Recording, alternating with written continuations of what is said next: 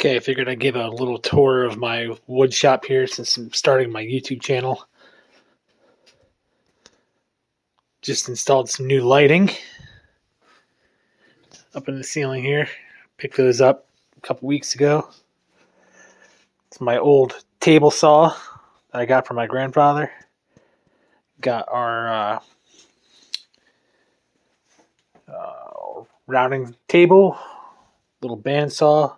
All the stuff I picked up used and handed down. Pile of wood. This, my spindle sander, little crosscut sled I made. Not perfect. I'm not a professional. I've only been doing it a couple years, maybe like a year and a half.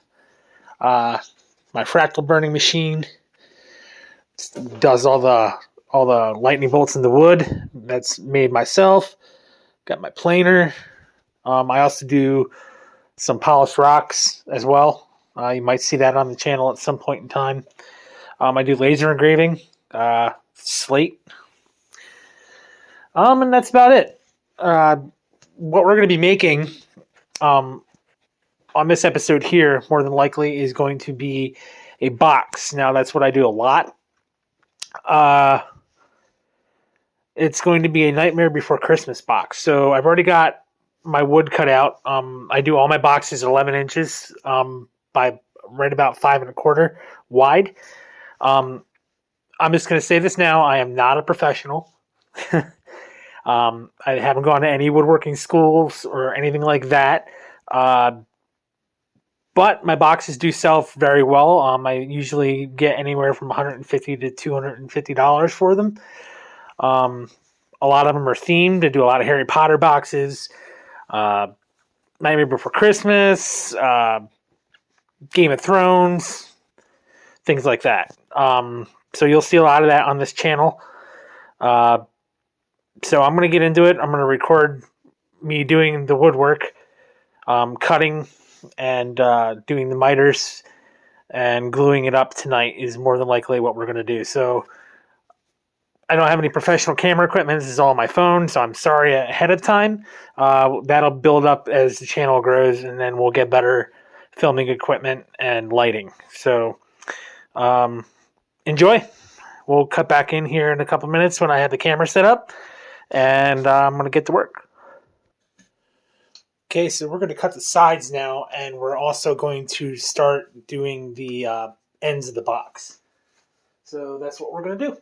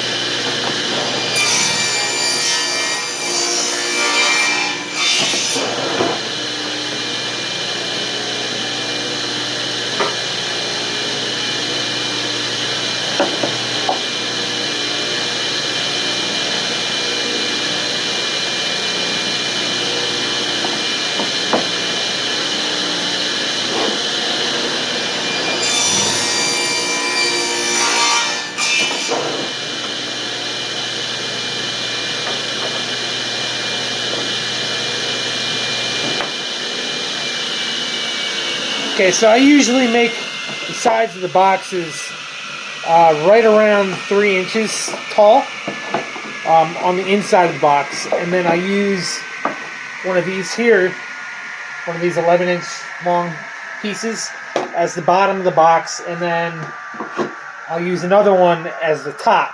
So what that'll do is that'll give me a box that's right around 6 inches tall, somewhere around there. So these are about an inch thick a piece. So now that I have that done, now I'm going to cut the sides, or the ends of the box. So we're going to take a piece of scrap that I have here, and that's what we're going to do. I got to trim it up first before we do that.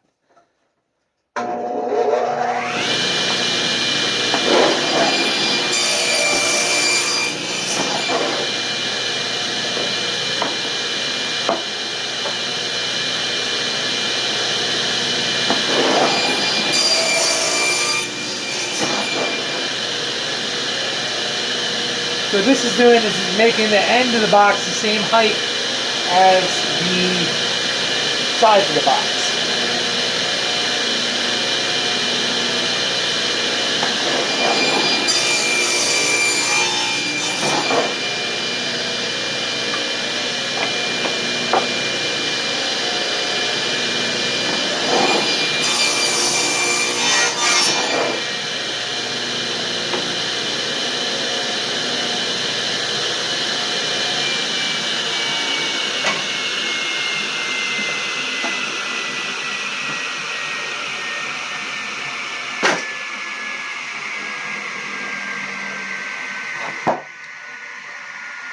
Okay, so now what we're left with is a top, a bottom, two ends, two sides.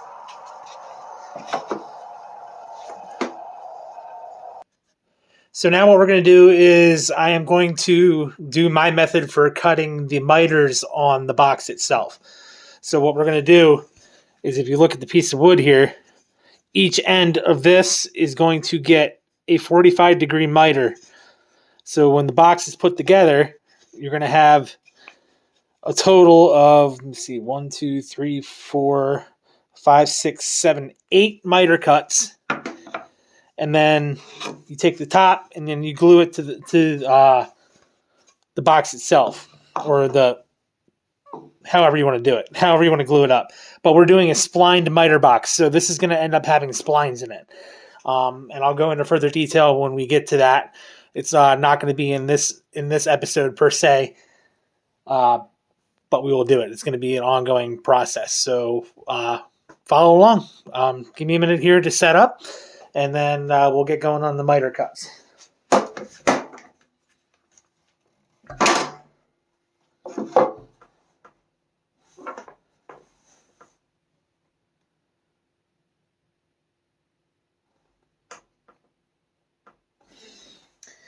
Now, like I said, there is more than likely an easier way to do this, to set this up, but this is how I do it. I am not a professional, but this is how I've come up with how to do it on a to keep the cuts relatively the same size.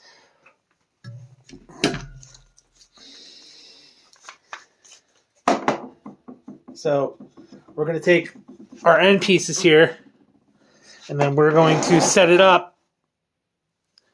Let's see if I can move this down a little bit onto our block, which is right here where I'm pointing at. So the piece of wood's going to set like this on a 45-degree angle. I have it cut that way. And then we're going to clamp it down, and then I'm going to make my 45 cut.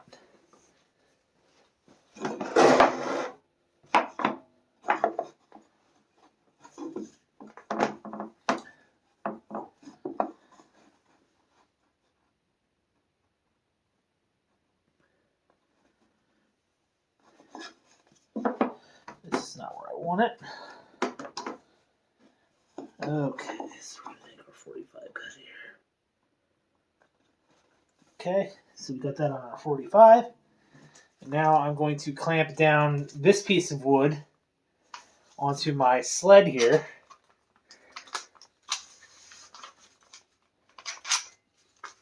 And then we're going to make our 45 cut.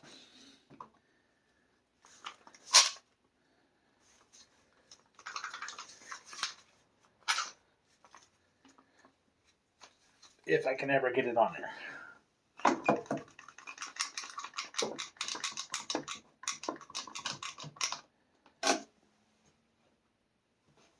Okay, and now we make our 45 cut. And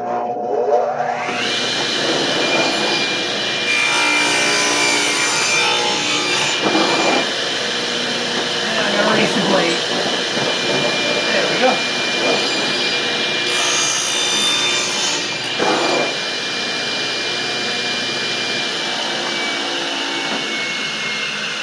And get a perfect 45-degree angle cut.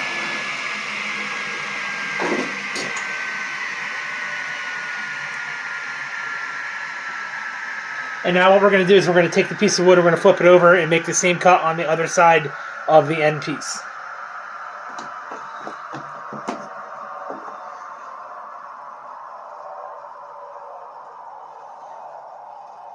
And we're going to clamp it down again.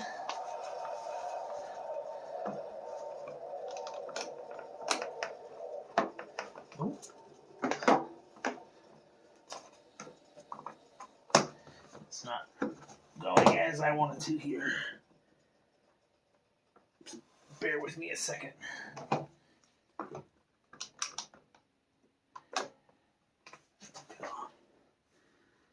Perfect. All right, and we're making another cut. We just got another 6 more of these to go.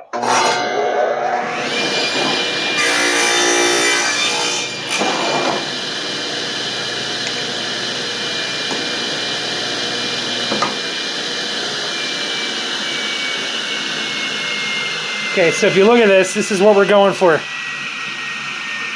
Right here. That is going to be the side of our box, or the end of it. And then we make 2 of these, and then 2 of the sides.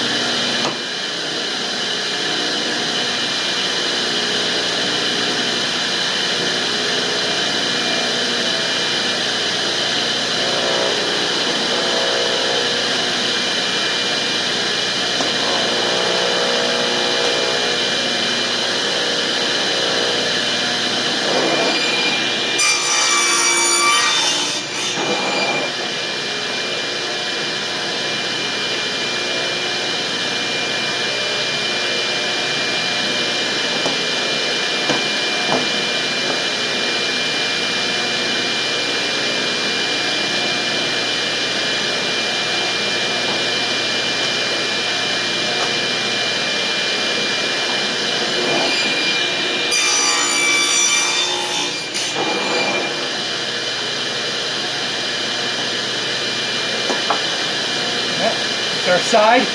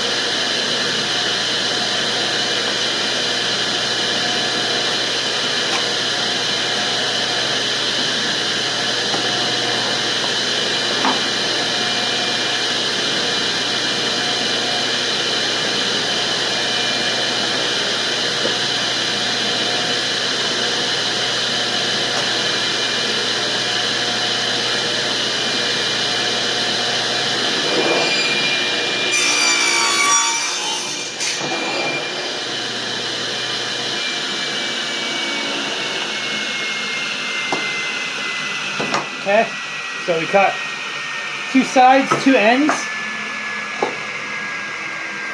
top and bottom.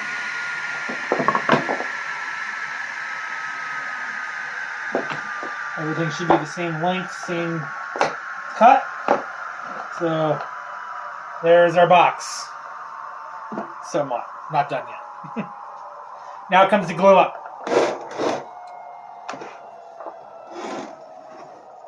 And I use my table saw as a workbench. Don't judge me.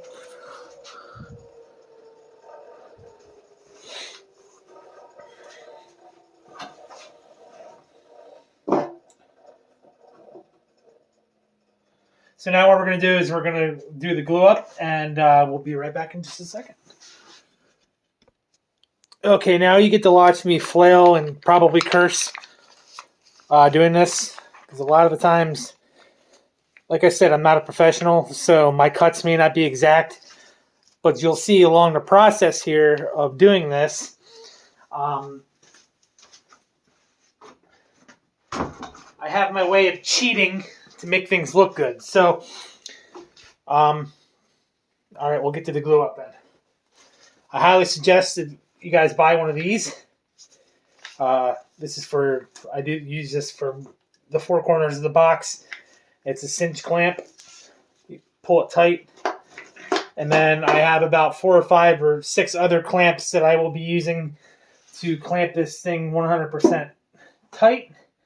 And then once the glue up on this is done, that'll be done with the part 1 of the video. It's going to be like a 4 or 5 part process. Tomorrow or the day after, the glue doesn't take long to dry. It's usually about a couple of hours.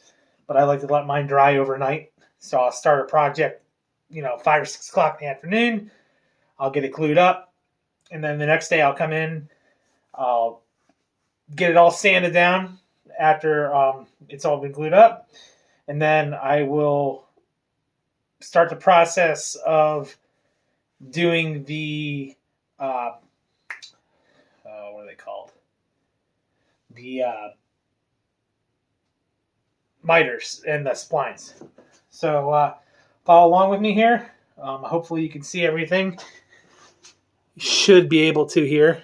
Not the best view, but we'll work with it then. So we got our ends, we got our top, we got our sides. So we are going to start getting this all glued up here. And I like to use Ultimate Type On 3 wood glue. I found that this is the best glue in the market for doing the things that I do. So we're going to make sure this all lines up first. And that I did not screw anything up.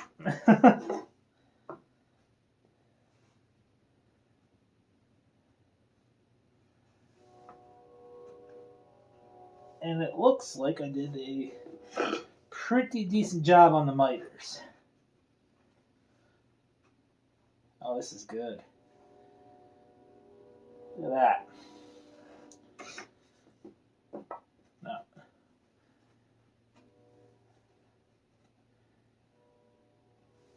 Ha.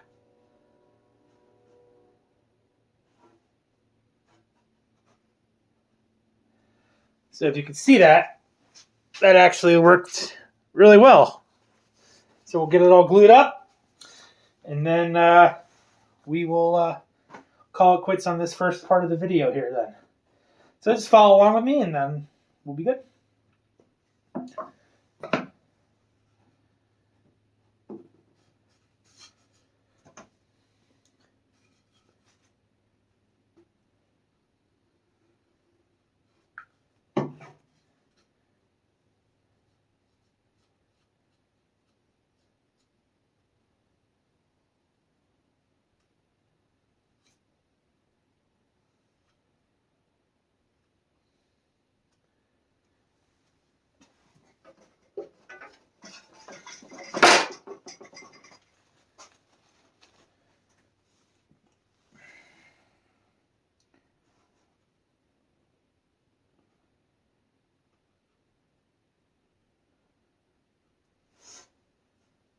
Now what I like to do, if you're doing a splined miter box, I like to do what's called a captured lid. So what we're going to do is we're going to glue the sides on, the ends, and the top all in one piece. It's going to be one whole solid unit with empty core in the middle. I'm already dropping stuff.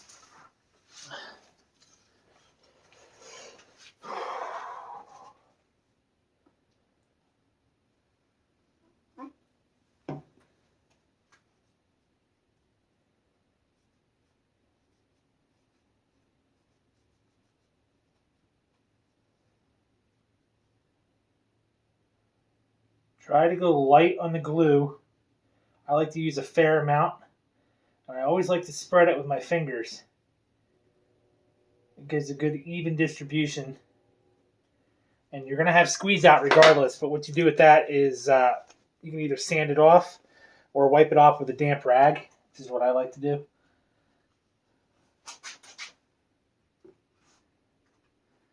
You can see what we're doing here. We're going to glue it all up, and then we're going to clamp it all up, and then everything will be one nice unit. Now, the wood that I use is really hard to cut these in a oh, what's the word I'm looking for here? In a pattern, not a pattern, the grain. So if you can see, this is going to be gluing on end grain. I don't usually like to do that too much, but this wood in particular, it's kind of hard to get the proper cut on it. So I'm going to be gluing the end grain here. Like I said, I don't like to do that, but it's just how it's going to be.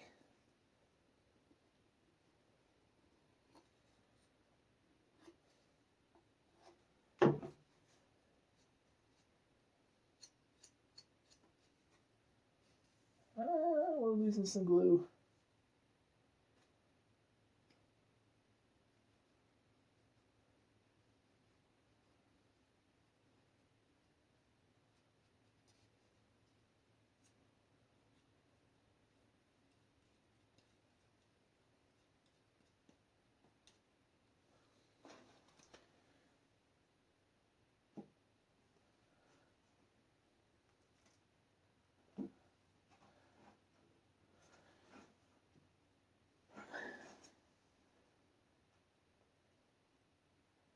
Now you're going to have stuff shift, and you're going to have it move around.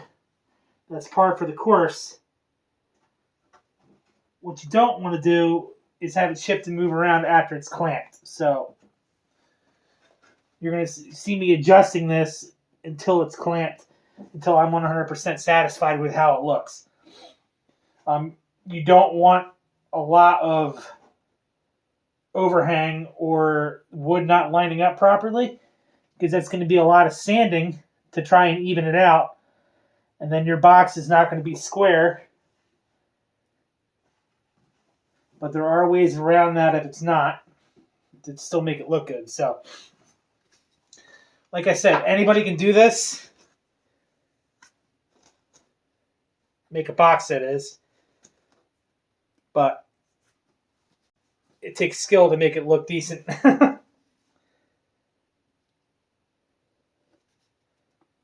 After you made a mistake.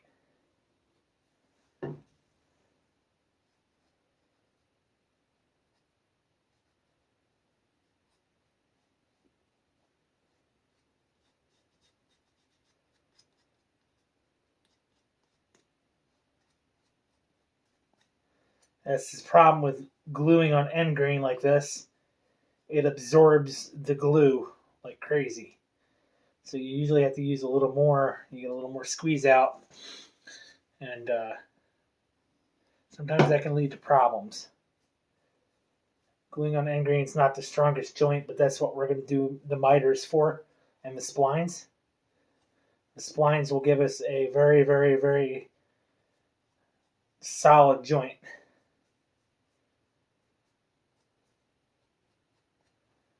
So if you see what I'm doing, I'm gluing the bottom and the sides, and then sliding it into place, like so.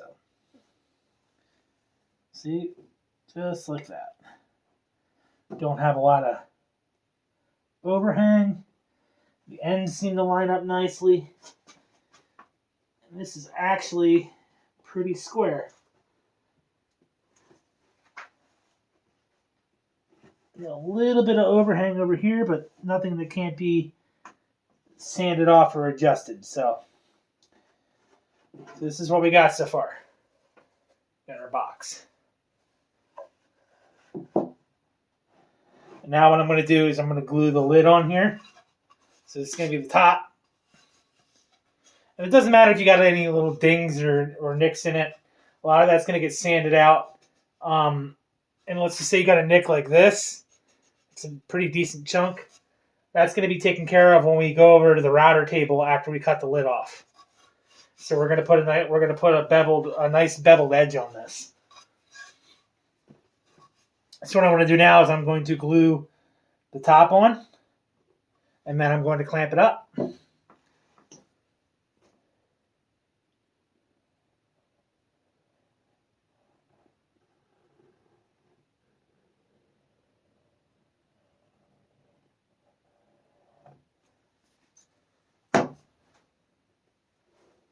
Let's spread the glue around here, like so.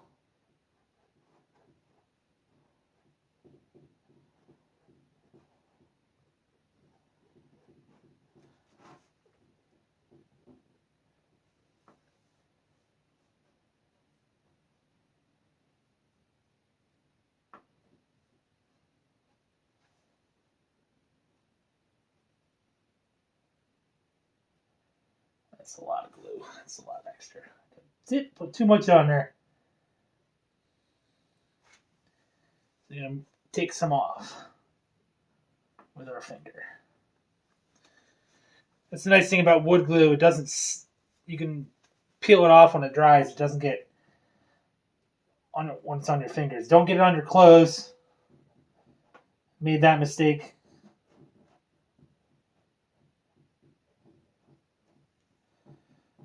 Okay, so we got our glue all spread out for the top. Now we're going to apply the top. Just like this. Line it up on both sides so we don't have any overhang. And you're going to have a little here and there because not all wood's consistent. So, and there we go. Now what we're going to do is we're going to clamp it up, and then it's going to be the end of episode 1 of building this Nightmare Before Christmas box. So the first thing I do is I go right to this. This is your strap clamp. This is specifically made for doing boxes. So we're going to release some line here, like this. Spread it out.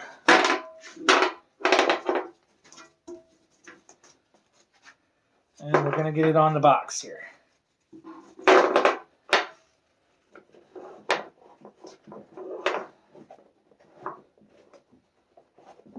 And like I said, you're going to have some movement, but the glue is still wet, so that lets us move things around, and nothing is set in stone yet.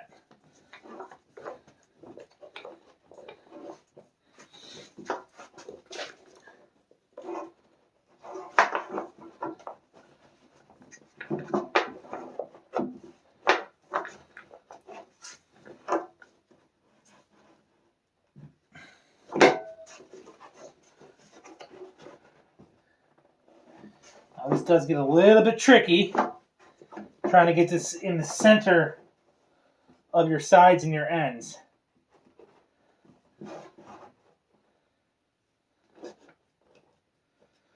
So we're going to still cinch this up here where it's tight. And if you look, this has got a screw handle on it. So once you cinch your straps tight, that allows us to move these around until they're not 100% squeezed all down in there. Don't like that.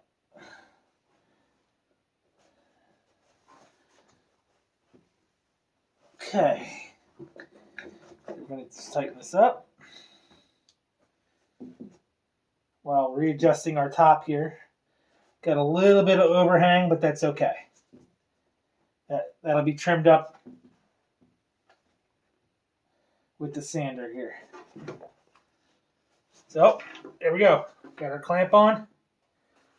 And now what we're going to do is we're going to get our other clamps here. Going to clamp the top.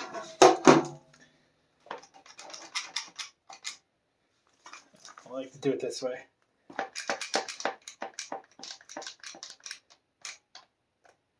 You're going to have a little bit of movement here and there. Nothing that you can't move around though, if need be.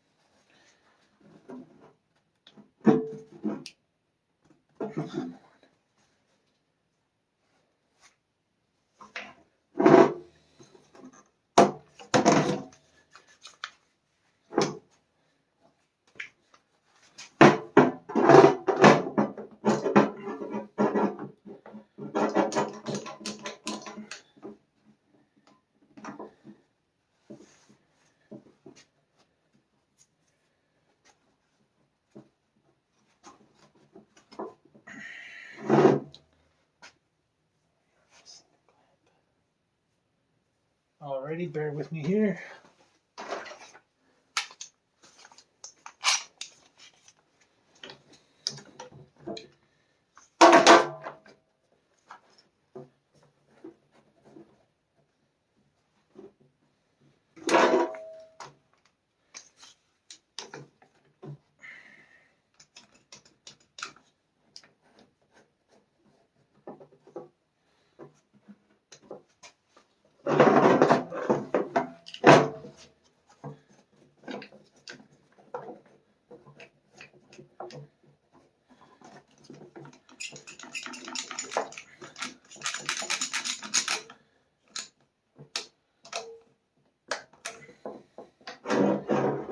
Alrighty, and there we go. All right, thanks for following along with me here, and we'll see you on part 2 starting tomorrow when this dries off.